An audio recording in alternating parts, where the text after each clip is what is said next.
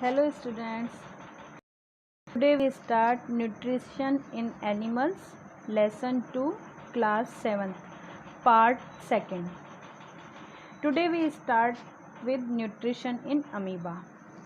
We all know that amoeba is a unicellular organism and all the process of nutrition are performed by the single cell. यानी कि जो amoeba है वो एक कोशिकीय जंतु है जिसके अंदर सभी न्यूट्रिशन प्रोसेसेस एक सिंगल सेल के द्वारा ही होता है। किस तरीके से होता है वो अपन अब देखते हैं। उसके अंदर ingestion, digestion, absorption, assimilation, egestion सभी इसी एक सेल के थ्रू ही होता है। The amoeba uses the pseudopodia to ingest food, यानी फूड को अंदर लेने के लिए वो सूडोपोडियाज का यूज़ करता है, जहाँ पर जो फूड जैसे ही जो फूड स्मॉल फूड आता है उसके पास में वो क्या कराता है, उसके चारों ओर एक स्फेरिकल फूड वैक्यूल बना लेता है। Spherical food vacuole in the pseudopodium forms around the angle food particle, उसके चारों ओर एक फूड वैक्यूल बन जाती है और वो फूड को अंदर ले लेती है।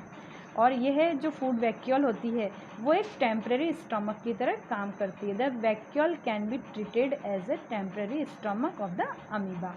Then second is the digestion. The food vacuole releases special digestive chemicals called enzymes, यानी जो फूड वैक्यूल है वो स्पेशल डाइजेस्टिव एंजाइम्स निकालती हैं जो कि इस फूड को क्या करती हैं, ब्रेक डाउन करती हैं और स्मॉल सॉल्युबल मॉलिक्यूल्स के अंदर चेंज कर देती है। Enzymes break down the captured food into the small and soluble molecules. Digestion in the amoeba takes place inside the food vacuole, यानी जितना भी डाइजेशन होता है वो फूड वैक्यूल के अंदर ही होता है। Then absorption will be done. The digested food present in the food vacuole is then absorbed directly into the cytoplasm to the amoeba by diffusion. इसके बाद जो डाइजेस्टेड फूड होता है फूड वैक्यूल के अंदर वो डिफ्यूज़न के थ्रू बॉडी के अंदर, अमीबा की बॉडी के अंदर एब्जॉर्ब हो जाता है डायरेक्टली साइटोप्लाज्म के अंदर। Then assimilation will be done. Amoeba utilize the absorb food for the two purpose. जो अमीबा है वो जो ये फूड डाइजेस्ट होता है, जो एब्जॉर्ब फूड है उसको दो फंक्शंस में यूज़ करता है, respiration and growth of amoeba. A part of the food is used to obtain energy through the respiration and the remaining part of food is utilized to make parts of amoeba cells which is led to growth of amoeba, यानी respiration और amoeba अपनी growth करने के लिए इस food particles का use करता है। एट लास्ट जब waste products of left behind the undigested food, जो वेस्ट पार्टिकल्स बच जाते हैं वो इजेशन के थ्रू सेल मेम्ब्रेन से बॉडी के बाहर निकाल दिए जाते हैं। तो इस तरह से अपन ने देखा कि अमीबा क्या करता है, सारे प्रोसेसेस या जो जितने भी सिंपल मल्टीसेलुलर ऑर्गेनिजम्स है, the process of nutrition in small very simple example is amoeba engulfs the food which is then the acted upon the enzymes inside the cell. इसमें हमने क्या देखा कि जितना भी जो फंक्शंस है वो कहाँ हो रहा है, अमीबा की सेल के अंदर। So this procedure is called as intracellular digestion, इसलिए हम इसे क्या बोलते हैं, इंट्रासेलुलर डाइजेशन बोलते हैं। अब हम डिस्कस करते हैं ह्यूमन डाइजेशन की। The process of digestion occurs in the alimentary canal which is a long tube starting from the mouth to anus. Humans के अंदर जो डाइजेशन होता है वो मुंह से लेकर एनस तक होता है, जिसे अपन एलिमेंट्री कैनाल के फॉर्म में जानते हैं। अब इस एलिमेंट्री कैनाल का जो स्टार्टिंग होता है वो कहाँ से होता है, माउथ से, यानी कि हमारे मुंह से शुरू होता है। Food is taken into the our body through the mouth and the teeth chew the food and break it the into the smaller particles. आप देखते हैं कि जैसे ही अपन मुंह खोलते हैं या कोई भी फूड काटते हैं तो हम किससे काटते हैं, टीथ से काटते हैं। अगर आप अपना मुंह ओपन करेंगे तो आपको क्या क्या चीज़ दिखाई देती है, टंग, सलाइवरी ग्लैंड्स एंड टीथ। तो ये सभी जैसे ही हम फूड को अपने अंदर रखते हैं और जो फूड पार्टिकल्स दांतों की सहायता से हम जो स्मॉल पार्टिकल्स के अंदर काटते हैं उस प्रोसेस को हम क्या कहते हैं, चबाना या मैस्टिकेशन। फिर उसके बाद जो फूड है वो after mastication the food is change into the semi solid form. उसके बाद वो सेमी सॉलिड फॉर्म में आ जाता है और उसके अंदर क्या मिल जाती है, सलाइवा। और सलाइवा किससे निकलती है, सलाइवली ग्लैंड से, जो कि हमारी मुंह के अंदर सिचुएटेड होती हैं और सलाइवा को सिक्रीट करती हैं। और सलाइवा के अंदर क्या, कौन सा एंजाइम होता है, टाइलिन एंजाइम्स। और ये टाइलिन एंजाइम जो होता है वो स्टार्च को शुगर में चेंज करता है। Ptyalin enzyme acts on the starch and it change into the sugar. उसके बाद जो हमारी मुंह के अंदर टंग आपको दिखाई देती है, वो टंग क्या काम करती है, इस सेमी सॉलिड फूड के अंदर सलाइवा को मिक्स करती है और फूड को बॉल्स रूम के अंदर चेंज कर देती है। The tongues roll the semi solid food known as bolus and is swallowed और pushed into the food pipe. और उसके बाद जो ये फूड की बॉल्स बन जाती है छोटी छोटी, ये फूड पाइप के अंदर पुश्ड कर दी जाती है। अब इसके बाद आपको मुंह के अंदर जो टीथ दिखाई दिए, ये टीथ मेनली हमारे मुंह के अंदर 4 टाइप्स के होते हैं, incisor, canines, premolar and molar. अगर काउंटिंग में हम बात करें तो हमारे मुंह के अंदर 32 टीथ होते हैं, जो कि 4 तरह के अलग अलग दांतों के अंदर बटे हुए होते हैं। सबसे पहले जो फ्रंट में आपको 4 टीथ दिखाई देते हैं, these are the incisors.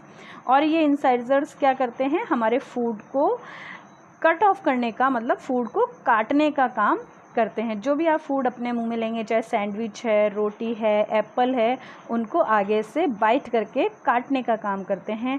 Second is the canine. Canine teeth होते हैं वो टीयर एंड शेयर करने का, मतलब चीरने फाड़ने का काम करते हैं। देन प्रीमोलर्स एंड मोलर्स, ये जो दोनों प्रकार के टीथ होते हैं, जिन्हें अपन सिंपल कॉमन लैंग्वेज में दाढ़ के नाम से जानते हैं, ये क्या करते हैं, हमारे जो फूड पार्टिकल्स हैं जिन्हें हमारे दांतों ने काटा और चीर फाड़ लिया है, उनको ग्राइंड एंड क्रश, पीसने और उनका मिक्स करने का, ग्राइंड एंड क्रशिंग करने का काम करते हैं, जिससे कि हमारा जो हमने फूड काटा है वो कट के पिस के पूरा तैयार हो जाए और सेमी सॉलिड फॉर्म के अंदर आ जाए। उसके बाद उसके अंदर सलाइवा मिक्स हो जाती है। And then tongue is a muscular organ, is in an important for the eating and perform several functions. ये हमारे खाने के लिए एक बहुत महत्वपूर्ण ऑर्गन होता है, जो कि बहुत सारे काम करता है। सबसे फर्स्ट इम्पॉर्टेंट इसका काम क्या होता है, सलाइवा को मिक्स करना। It helps in mixing the chewed food.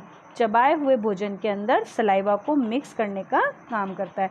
Second important work होता है स्वेलिंग द फूड, यानी फूड को निगलने का काम करता है। And third important work is the taste the food, यानी फूड के टेस्ट के बारे में हमें पता लगता है किसके through, as it has a sense organ called the taste buds. Tongue के ऊपर टेस्ट बर्ड्स होती है, जिनसे हमें डिफरेंट टेस्ट का पता चलता है। 4 बेसिक टेस्ट होते हैं हमारे, salty, sour, sweet and bitter, यानी नमकीन, खट्टा, मीठा और कड़वा। ये 4 जो मेन स्वाद होते हैं वो हमें टंग की हेल्प से ही पता चलता है। उसके बाद आता है इसोफेगस, यानी जो मुंह से हमारा फूड स्टोमक तक जाता है वो किसकी हेल्प से जाता है, इसोफेगस की ओर से। Oesophagus is the part of the alimentary canal that runs from the mouth to the stomach, यानी माउथ से स्टोमक का जो पार्ट है, ट्यूब लाइक स्ट्रक्चर है, वो क्या कहलाता है, oesophagus. The muscles present in the wall of the oesophagus contract and expand. जो मसल्स होती हैं इसोफेगस की वॉल के ऊपर, वो कॉन्ट्रैक्ट एंड एक्सपेंड, सिकुड़ती और फैलती हैं, जिससे कि जो फूड है वो आगे की ओर मूव करता है और फूड कहाँ पहुँचता है, stomach. This movement help in the pushing the food into the stomach. वो फूड स्टोमक तक पहुँचाने का काम करता है। इसके बाद आता है फूड इनटू द स्टोमक। कि स्टोमक के अंदर क्या होता है, जो स्टोमक है वहाँ तक, मतलब आपके मुंह से लेकर स्टोमक तक फूड को पहुँचने में केवल कितने टाइम लगता है, 6 second. Food takes only 6 seconds to travel down the oesophagus and reaches in the stomach. Stomach तक पहुँचने में केवल 6 सेकेंड लगते हैं।